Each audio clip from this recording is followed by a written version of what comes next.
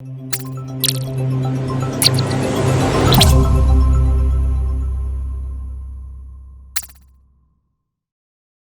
and welcome HL students and every student and parent and whoever is here.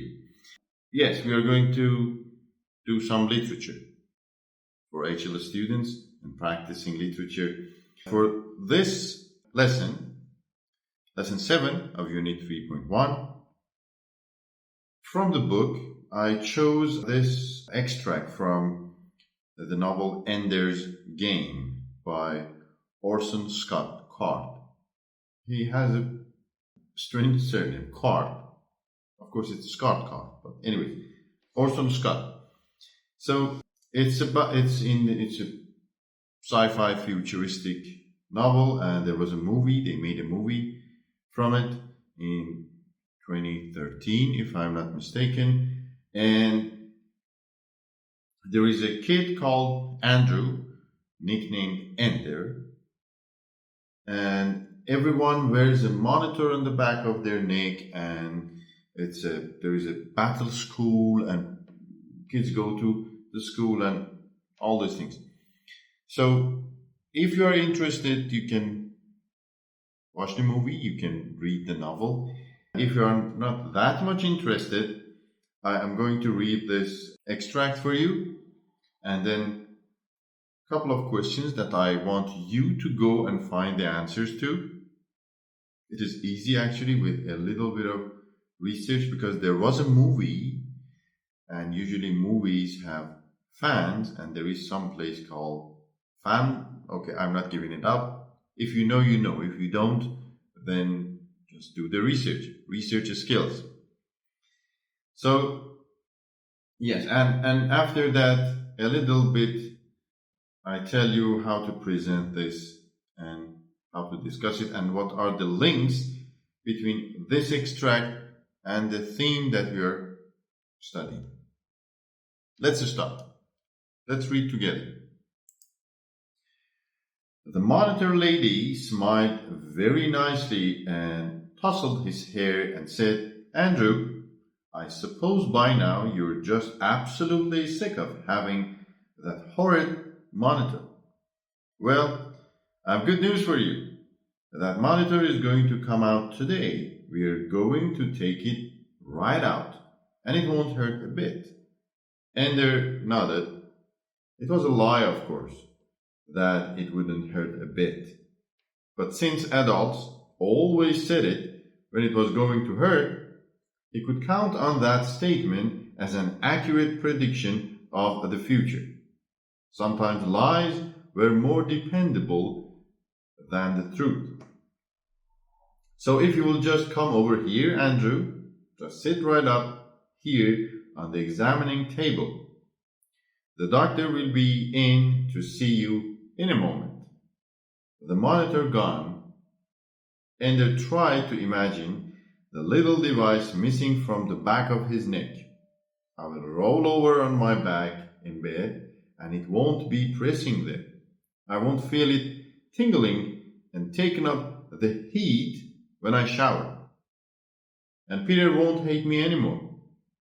I'll come home and show him that the monitor's gone, and he will see that I didn't make it either. That I will just be a normal kid now, like him. That won't be so bad then. He will forgive me that I had my monitor a whole year longer than he had his. We will be not friends, probably.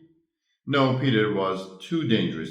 Peter got so angry. Brothers, though. Not enemies, not friends, but brothers, able to live in the same house. He won't hate me. He'll just leave me alone. And when he wants to play buggers and astronauts, maybe I won't have to play. Maybe I can just go read a book. But Ender knew, even as he thought it, that Peter wouldn't leave him alone. There was something in Peter's eyes when he was in his mad mood, and whenever Ender saw that look, that glint, He knew that the one thing Peter would not do was leave him alone. I'm practicing piano, Ender. Come turn the pages for me. Oh, is the monitor boy too busy to help his brother? Is he too smart? Gotta go kill some buggers, astronaut? No, no, I don't want your help. I can do it on my own, you little bastard, you little third. This won't take long, Andrew, said the doctor. Ender nodded. It's designed to be removed, without infection, without damage. But there will be some tickling, and some people say they have a feeling of something missing. You'll keep looking around for something you were looking for, but you can't find it, and you can't remember what it was. So I will tell you. It's the monitor you're looking for, and it isn't there. In a few days, that feeling will pass. The doctor was twisting something at the back of Ender's head. Suddenly, a pain stabbed through him like a needle from his neck to his groin. Ender felt his back spasm, and his body arced violently backward. His head struck the bed. He could feel his legs thrashing, and his hands were clenching each other, wringing each other so tightly that they arced, or arched, arched, arched. Okay, so yes, it sounds good, it sounds fun if you want to continue reading or start reading the book, but the questions that I want you to go and find the answers to are these. How old is Andrew? You can guess. Why is he called Ender? Who is Peter, and why does he hate Ender? What was about Peter that made Andrew uncomfortable? You can find the answers from the text, except why is he called Ender? For that, you need more information. But let me tell you briefly how you can present this. You can present this extract in the way that in this extract we see the scene that Ender or Andrew goes to remove his monitor. The setting is hospital, clinic, and the characters are Andrew and doctor and the nurse. He thinks about his life after the monitor is removed and how his brother will treat him. Maybe it will be better, maybe not, and he's not sure about it. Of course, I said it very briefly, but you can use the words and explain more in detail because you need to present the extract for 3 to 4 minutes.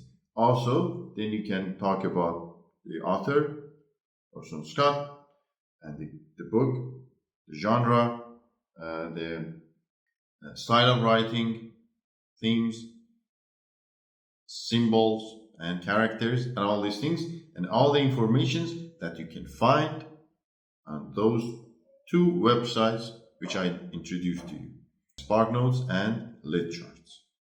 So this was our literature lesson for HL students, and I hope you learned, and I hope you do the practices either with yourself in front of a mirror or in front or record yourself.